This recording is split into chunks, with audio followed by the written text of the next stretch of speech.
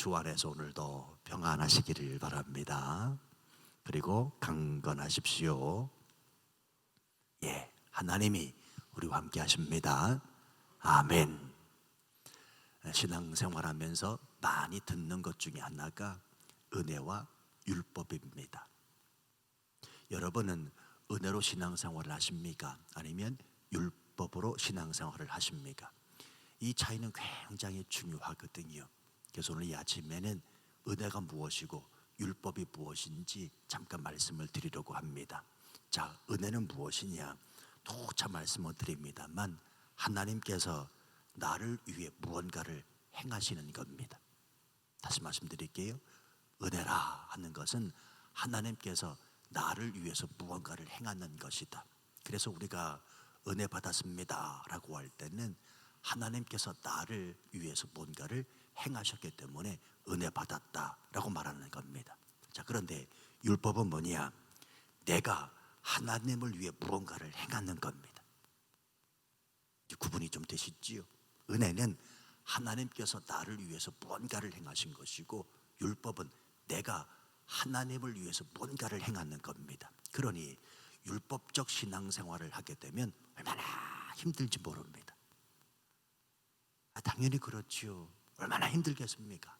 그 하나님을 위하여 뭔가를 날마다 해야 되니 얼마나 힘들겠냐고요. 그래서 행위의 주체가 누구인가에 따라서 은혜요 율법이라 이렇게 말을 할 수가 있습니다. 자, 또 한 가지 있습니다. 은혜는 그가 누구인가입니다. 그가 누구인가, 그 마음의 중심이 어떠한가를 보게 된다면 율법은 무엇이냐면 그가 누구이기에 무엇을 행했는가 라고 하는 것으로 판명이 됩니다. 예를 들어서 한 가지 말씀을 드릴게요. 자, 주일 성수 해야 됐지요? 아멘들 해주세요.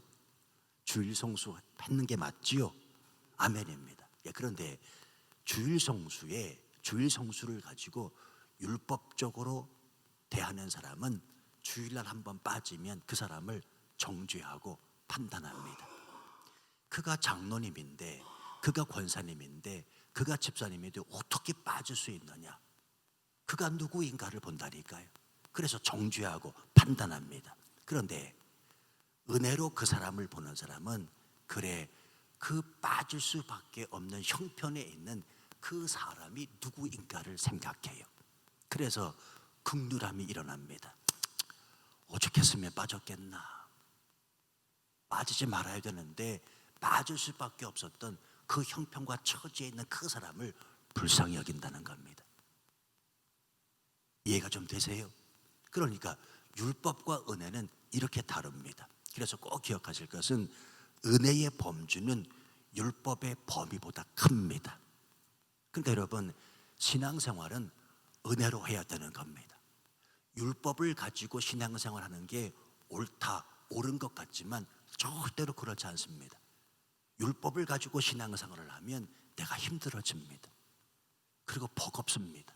또 뭔가를 행해야 되는지 잘 알지 못합니다. 그런데 은혜 아래 거하며 신앙생활하는 사람은 이해 안 될 게 없고 용서 안 될 게 없고 수용 못할 것이 없다는 말입니다.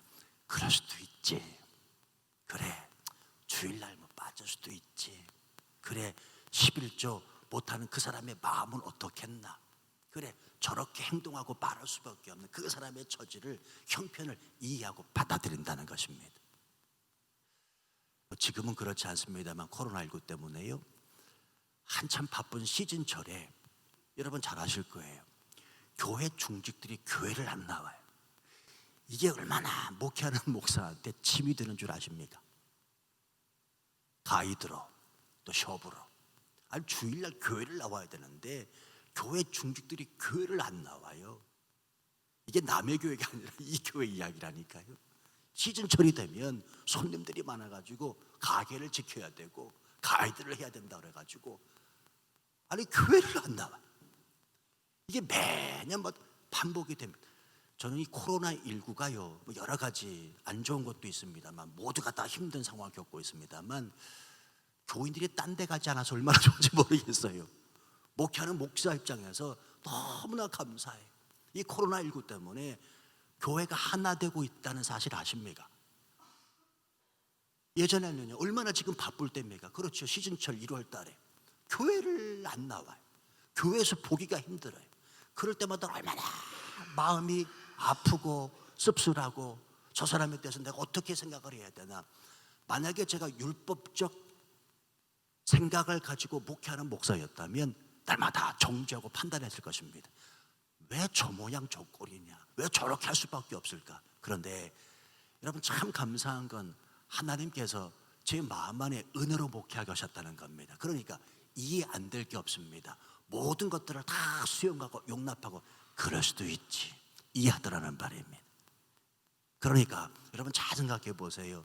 내가 지금 은혜로 신앙생활을 하고 있는가, 아니면 율법으로 신앙생활을 하고 있는가. 우리 날마다 은혜 아래 은혜로 신앙생활함이 마땅한 줄로 믿습니다. 그 이유는 다름이 아니라 예수님께서 말씀하셨기 때문입니다. 오늘 17절 말씀 다시 보세요. 내가 율법이나 선지자를 폐하러 온 줄로 생각하지 말라. 폐하러 온 것이 아니요 완전하게 하리 함이라. 구약 성경에 대하여 어떤 관점을 가져야 되는지에 대해서 예수님 말씀하시지요. 아마 모르긴 몰라도 예수님 당시에 그 예수님을 향하여 당신이 율법이나 선지자를 폐하러 왔군요 라고 말한 사람이 있었던 것 같아요. 아니, 그도 그럴 것이 예수님은 율법을 벗어난 말씀을 하고 계시거든요. 율법에 부합되지 않은 말씀들을 하고 계십니다. 이웃을 사랑하라, 이 말 속에는 그 이웃이 행하는 그 모든 일들 율법으로 재단하지 말고 그렇지 않다 하더라도 그 이웃을 포용하고 수용하고 받아들여야 된다 말씀하고 있으니 당신이 정말로 율법을 폐하러 온 사람이군요 라고 말했던 것 같아요. 왜냐하면 율법은 613가지가 있거든요. 248가지는 해야 되는 일이고 365개 율법은 하지 말아야 될 것이었습니다. 그러니까 율법은 해야 될 것과 하지 말아야 될 것이 정확히 구분되어 있는 겁니다. 근데 예수님은 어디 그러신가요? 그게 아니거든요. 그러니까 당시의 사람들이 예수님을 봤을 때는 이상한 사람입니다. 하나님의 말씀을 증거한다고 그러면서 도무지 자기들이 알고 있었던 그 율법의 그 범주에서 벗어나 이상한 말들을 쏟아놓기 시작을 하거든요. 심령이 가난한 자는 복이 있나니, 애통하는 자는 복이 있나니, 긍휼히 여김을 받는 자는 복이 있나니. 도무지 이 말씀을 율법적으로 이해할 수가 없었던 것입니다. 그래서 예수님을 향하여 율법이나 선지자를 폐하러 왔군요 라고 말했던 사람 그 앞에서 예수님이 지금 이 말씀을 하시는 겁니다. 내가 율법이나 선지자를 폐하러 온 줄로 생각하지 마라. 폐하러 온 것이 아니요 완전하게 하려 함이라. 자, 구약이 완전하지 않다고 말씀하시죠. 자, 그러면 하나님의 말씀인 구약이 불충분한가? 그런 말은 아닙니다. 오늘 예수님께서 완전하게 하려 함이라, 이 말은 아직 구약이 성취되지 않았다는 말입니다. 그런데 예수 그리스도께서 이 땅에 오심으로 말미암아 구약이 성취됐습니다. 구약의 모든 말씀이 완전하게 이루어졌음을 나를 통하여 이제 구약이 새롭게 시작이 되었다라고 선포하고 말씀하시는 겁니다. 놀랍지요? 그러시면서 말씀을 대하는 태도가 어떠해야 되는지 19절에서 말씀해요.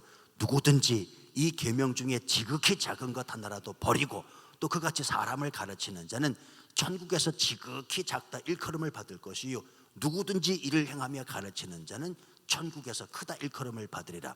자, 그러면서 누구를 지적하고 있냐면 율법이 자신들의 의라고 생각했던 서기관들과 바리새인들을 예수님이 지적하고 계십니다.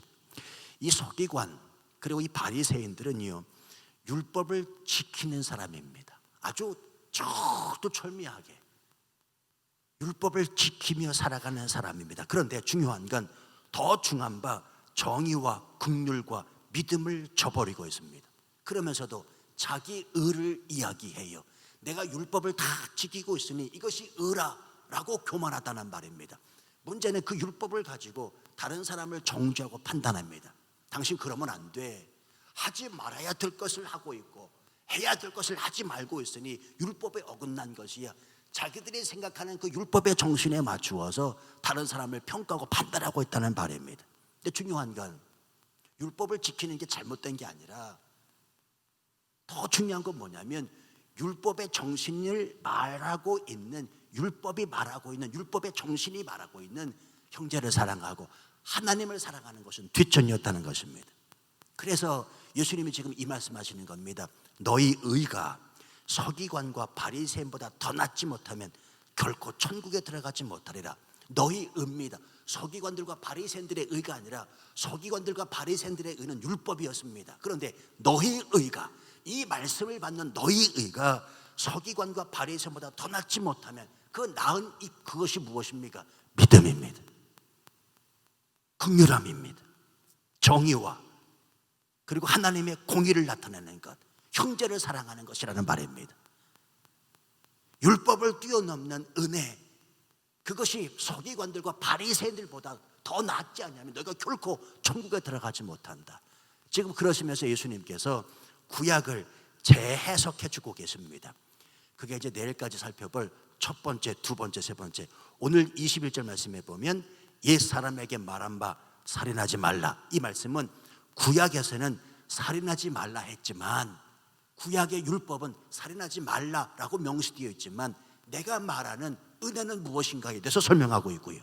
그리고 우리가 내일 아침에 살펴볼 두 번째, 또 구약에서는 간음하지 말라 하였지만, 그리고 세 번째, 구약에서는 누구든지 아내를 버리거든 이혼 증서를 줄 것이라 했지만 나는 이 구약을 이렇게 재해석하며 너희에게 전한다 라고 하는 것이 오늘 본문 그리고 내일 아침 말씀입니다. 카오자의 마이캅 이해되시지요? 그러니까 오늘 한번 살펴보시자고요. 자, 구약에서는 자 21절 말씀 보세요. 살인하지 말라 했는데 참 놀랍습니다, 여러분. 구약은 율법에 명시되어 있지요. 살인하지 말라. 그런데 예수님은 확대되어 이 율법을 재해석해주고 계십니다. 무슨 얘기냐면 노하는 자마다 22절 라갈하는 자마다 미련한 놈이라 하는 자마다 그것은 하나님이 기뻐하시지 않는다는 겁니다. 단순히 사람을 죽인 그 살인만이 하나님을 기쁘시게 못하는 게 아니라 라가라 하는 자, 노하는 자마다 미련한 놈이라 형제에게 그렇게 말하는 자가 살인하는 자라는 겁니다. 여러분 놀랍지 않으세요? 이 얼마나 놀라운 말씀인지 몰라요. 그냥 살인하지 말라가 아니에요. 예수님은 노하는 자마다, 왜요? 화가 결국은 살인을 발생하기 때문에 그렇습니다. 여러분 모든 살인의 기초를 보면 분노지요. 그래서 성경에 보면 해가 지도록 분을 품지 말라라고 말씀하는 그 이유가 있습니다. 화를 품고 있으면 그 화가 쌓이게 되면 결국은 살인을 저지르기 때문에 그렇지요. 그런데 예수님은 오늘 말씀합니다. 노하는 자마다 심판을 받게 되고 형제를 대하여 라가라 하는 자 공에 잡혀가게 되고 미련한 놈이라 하는 자마다 지옥불에 들어가게 되리라. 왜? 그가 살인한 자기 때문에 그렇습니다. 그래서 예수 믿는 사람은요, 정말 은혜 아래 거하는 사람은 화를 누를 수 있어야 됩니다. 무조건 화를 참으라는 게 아니에요. 그 화를 풀 수 있는 방법도 가져셔야 되지만 무조건 또 화를 내는 사람도 있잖아요. 그러니까 여러분 그리스도인은 화를 통제하고 제어할 수 있는 사람이 되어야 됩니다. 그 화 자체로 인하여 죄를 범할 수 있기 때문에 그렇고요. 나가라, 미련한 자라, 멍충이라, 바보라, 형제에게 이렇게 말할 수 없다는 말입니다. 그러니까 아세요? 예수 믿는 사람은, 다시 말하면 예수를 믿어 은혜 아래 거하는 사람은 다른 사람을 향하여 이러쿵저러쿵 말하는 게 아니라는 말입니다. 굉장히 중요합니다. 우리가 실생활에서 어떻게 살아가야 되는지 예수님은 지금 구체적으로 말씀해 주시는 겁니다.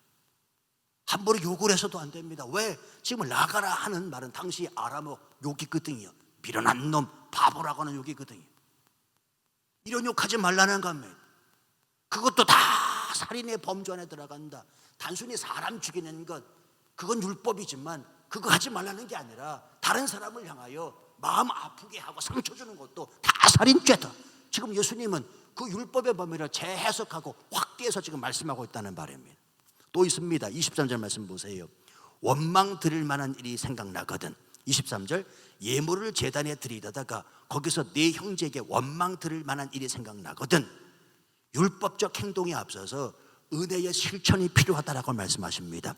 예물을 제단 앞에 두고 먼저 가서 형제와 화목하고 그 후에 와서 예물을 드리라. 한번 질문을 드리겠습니다. 여러분, 인생을 사시면서 그 사람을 생각하면 껄끄럽다라고 여겨지시는 분이 계십니까? 밤에 잠도 못 이루는 분이 계신가요? 죽을 때까지 내가 그 사람을 생각하면 눈을 감지 못하겠다라는 생각이 드십니까? 여러분, 용서하셔야 됩니다. 푸셔야 돼요. 저도 짧은 인생을 살아왔지만 가장 불행한 인생이 누구냐면 내 마음 안에 그 사람에 대한 한을 품고 살아가는 사람, 불쌍한 사람입니다. 이 사람은요, 하나님이 은혜를 쏟아 부어주셔도 꽉 막힌 콜크마개 아시죠? 콜크마개.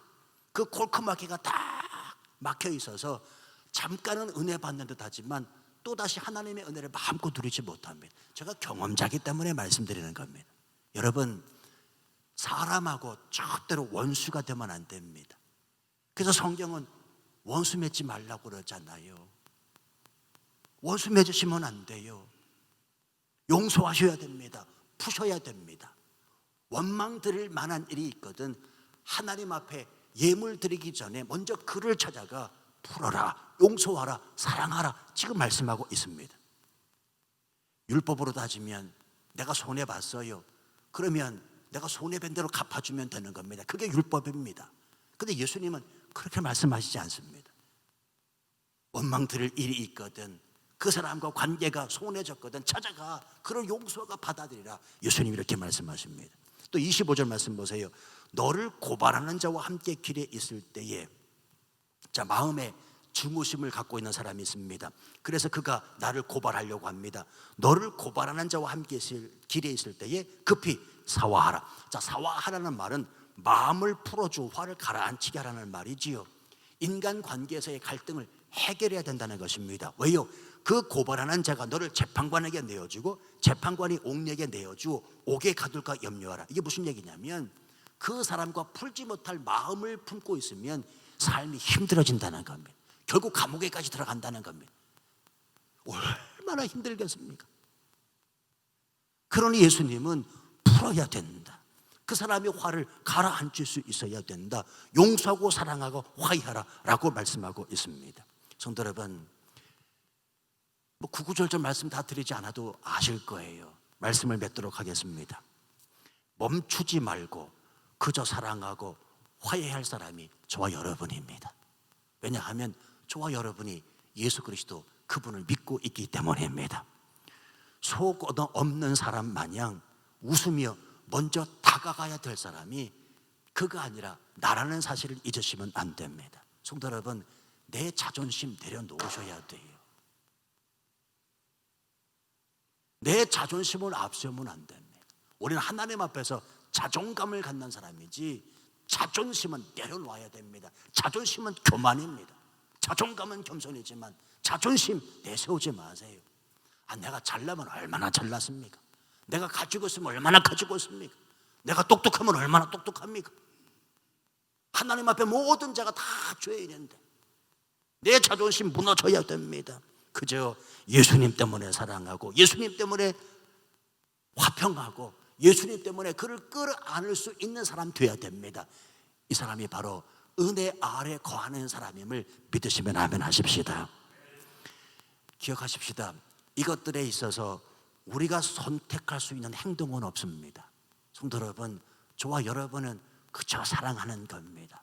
화평을 힘쓰고 평안하기를 힘쓰고 그를 끌어안고 수용하고 용납하는 것밖에 없다는 바입니다. 목사님, 어떻게 그게 가능합니까? 예, 어렵죠, 힘들죠. 그게 신앙생활입니다. 그게 십자가의 삶입니다. 우리 예수 그리스도 그분을 본받으십시다. 우리 예수 그리스도 그분을 따라가십시다.